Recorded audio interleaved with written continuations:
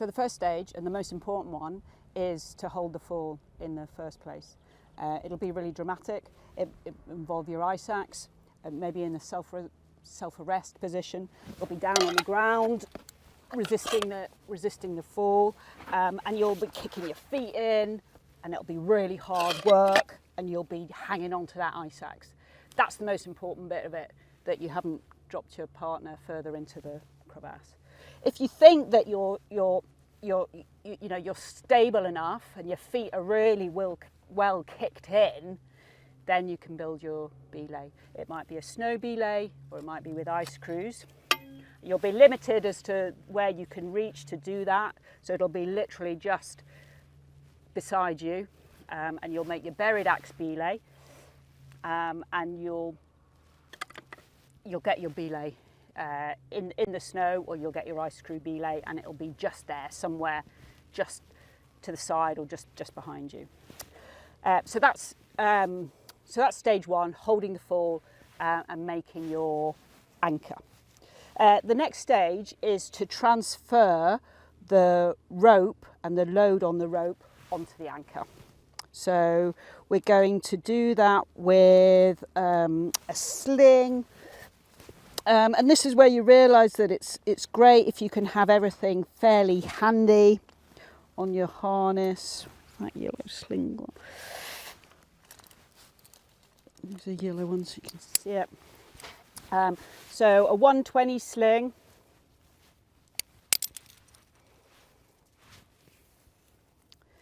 And we're going to clove hitch that onto the ice axe.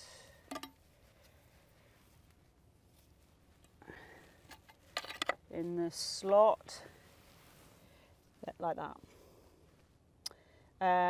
Obviously, we haven't got a real glacier here, but effectively, this is our belay there. So that's the sling, a 120 sling, attached to your ice screw belay or to your ice axe belay. Like that. And then we're going to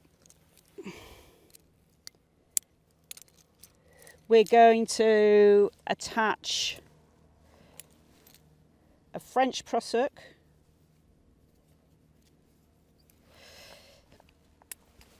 onto the rope. Get the twists out of your prusik. We're going to put the French prusik onto the rope. This is still really hard work. You're still got the weight of your partner hanging off you, and you're going to push that away from you until this is all under tension. So we've got a belay, we've got a sling, we've got a French prusik on the rope to the sling, and now I'm very gently going to transfer the load onto this belay.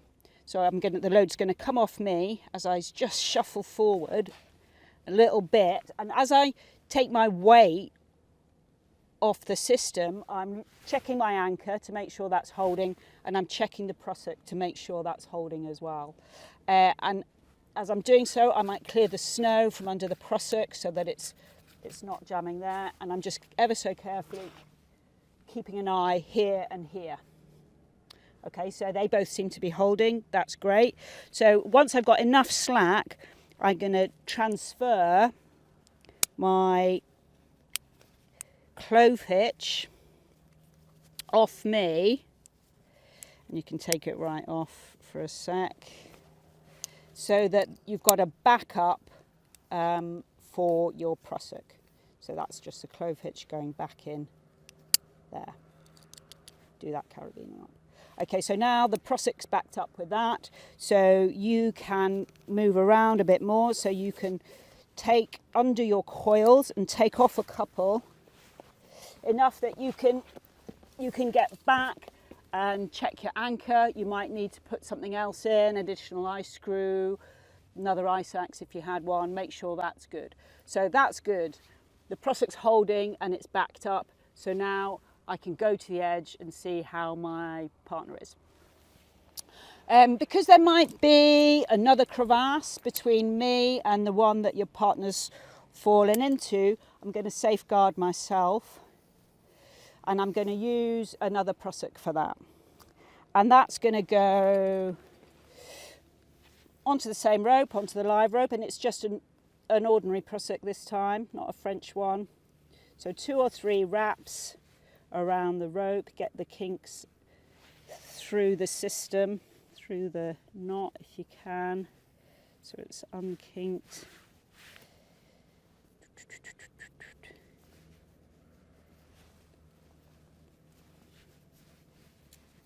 So it's all lying neatly.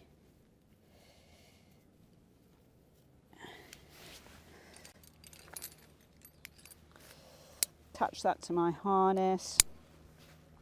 I'll just get that out of there actually first. Get the coils up there. Do that up. So I'm now attached to the rope.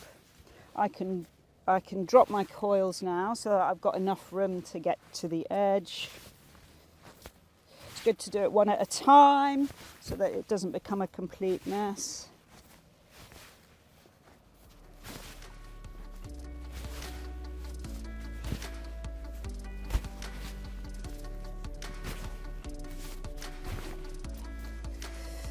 And then you can move along the rope, safeguarded by the prusik. Try and leave it uphill of you if you can, and get yourself to the edge. Try and get yourself into a position where you can see, you might not see your partner, but shout. Try and get a sense of what's going on, whether they're injured, whether they're in a position to prusik out themselves, or whether you're going to need to pull them out. It could be that you might need to go down to them because they're really badly injured, in which case we'd set up a different system. So, so let's assume that your partner can't prusik out, so you're going to need to pull them out. So we're now going to set up a simple hoisting system to pull your partner out. So I'm going to go back to my anchor. And I'm going to turn the prusik that I was using to safeguard myself into the second part of the hoisting system.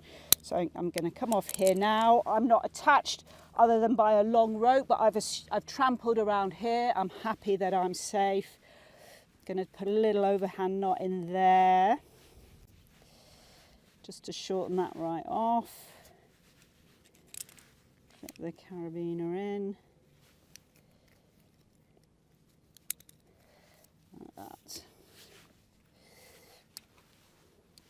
So I'm going to take the bit of rope that's going from my part through the prusik to the clove hitch and back down. So it's that bit of rope. Dropping it into that carabiner. Do that up. So there's our Z shape. Thing is, I want to make sure that this is all sorted. So I'm going to keep hold of the rope here. I'm going to take that clove hitch out. I'm going to make sure that the rope is running through the carabiner that's got the prusik, and I'm going to put it through that one as well, just to make a slightly wider diameter there. So now, if I straighten that out, you can see we've got the rope comes up from your partner, the prusik, ordinary prusik that you're going to pull on, and that rope carries on, goes through the French prusik auto block, through the 2 carabiners sitting next to each other, down, and there's your Z there.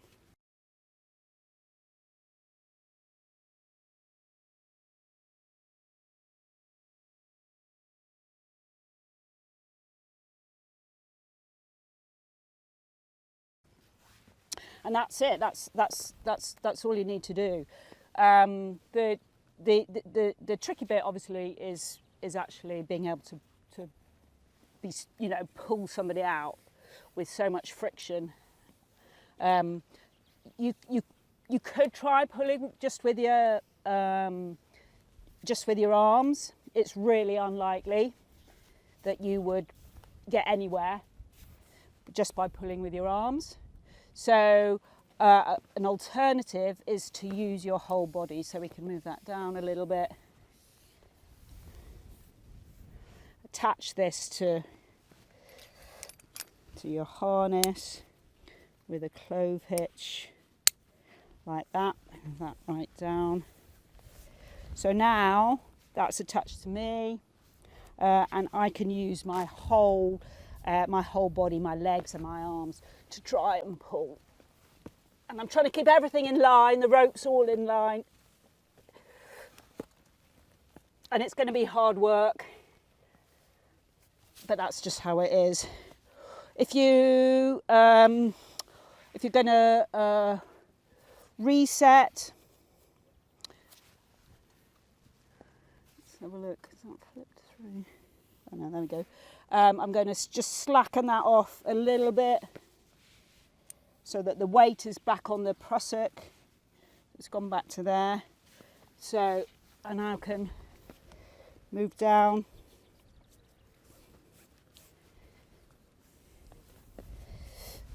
Move that prusik back down again.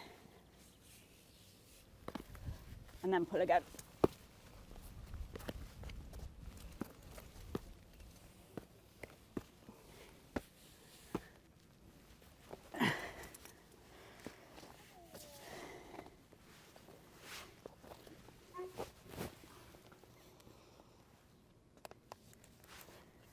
And then if I want to reset again, slowly lower the weight back onto the prusik, making sure it's gripping again. That's now slack, so I can move. And keep going in cycles like that until you've got your partner close to the lip of the crevasse. It's quite common that that lip will be really snowy, possibly overhanging. The rope will be cutting through the snow. So you want to be super careful when they get close to the lip that you don't just carry on hauling them and you'll haul them up into the snow, because that could be really damaging. What you're more likely going to do at this point is go to the edge and try and, you know, pull them out, help them climb out, whatever you need to do for that final bit.